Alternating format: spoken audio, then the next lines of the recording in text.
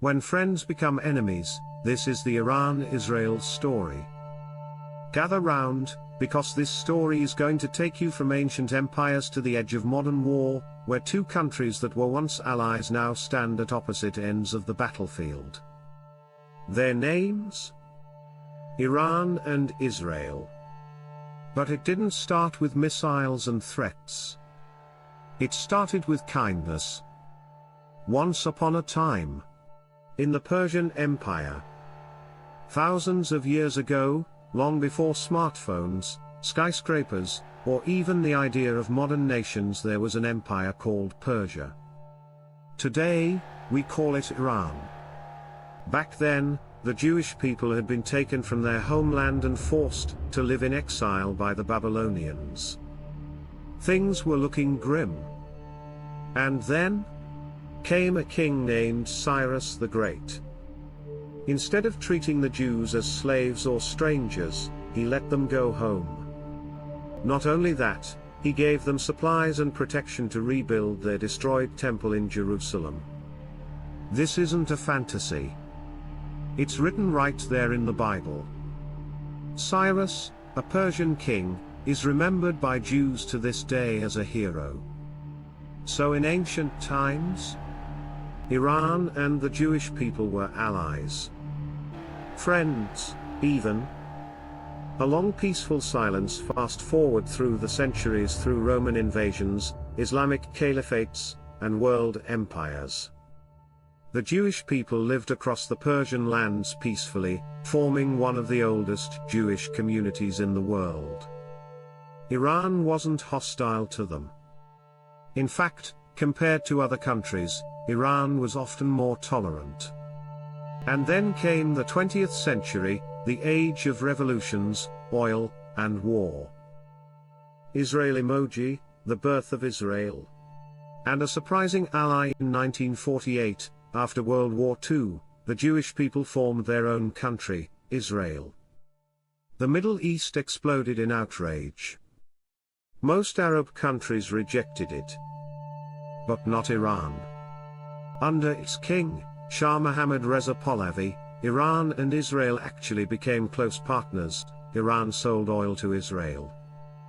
Israeli experts helped build Iran's military and farms. Their secret agents even worked together. Imagine that, a Muslim country and the Jewish state shaking hands, when most of the region wouldn't even speak to each other. But in 1979, everything changed.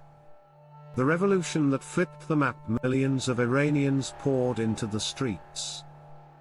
They overthrew the Shah and replaced him with Ayatollah Khomeini, a religious leader who didn't just change politics, he changed Iran's identity. From that moment on, Iran declared itself the enemy of both America and Israel. Israel's embassy in Tehran shut down. Diplomatic ties gone.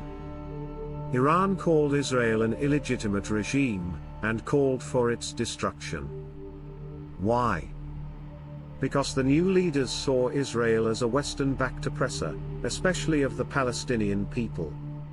To them, Israel was a symbol of colonialism, and they vowed to resist. Enemies by proxy, a war in the shadows. Iran didn't start fighting Israel directly with tanks or jets. Instead, it got smart and sneaky. It started supporting groups that were already fighting Israel, Hezbollah in Lebanon, Hamas and Islamic Jihad in Gaza.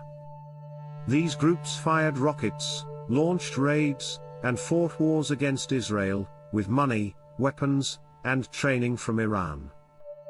And Israel. It fought back with airstrikes on Iranian targets in Syria, cyber attacks on Iran's nuclear program, assassinations of scientists and commanders. It became a shadow war. No official war declaration, just constant, dangerous moves from both sides. The nuclear fear. In the 2000s, Iran started building what looked like a nuclear program. Iran said it was peaceful. Israel didn't buy it. The idea of Iran, its sworn enemy, getting a nuclear bomb, was a nightmare for Israel. That's when the real tension hit a boiling point. Scientists died under mysterious conditions. Iranian nuclear sites were bombed or exploded accidentally. The world tried to negotiate peace.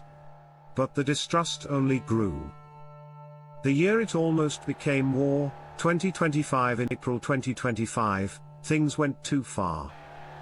Israel hit an Iranian target in Syria, killing high-ranking figures. Iran, for the first time ever, fired hundreds of missiles directly at Israel. Israel struck back, deep into Iranian territory. Cities were on high alert. Civilians rushed to shelters. The world watched, terrified, as the Middle East stood on the edge of a full-blown war. A temporary ceasefire followed, but no one thinks this is over. So, why are they enemies? It's not about religion. Jews and Persians coexisted for centuries. It's not ancient hatred. They were allies in the Bible and business partners 50 years ago. It's about politics, ideology, and power. Iran's current government sees Israel as the enemy of justice. Israel sees Iran as an existential threat. And until that changes, both sides will continue preparing for the worst, even as some, on both sides, still hope for peace. Final line: once allies, now adversaries. But history is full of surprises. And maybe, one day, the story of Iran and Israel could take another unexpected turn, back toward peace.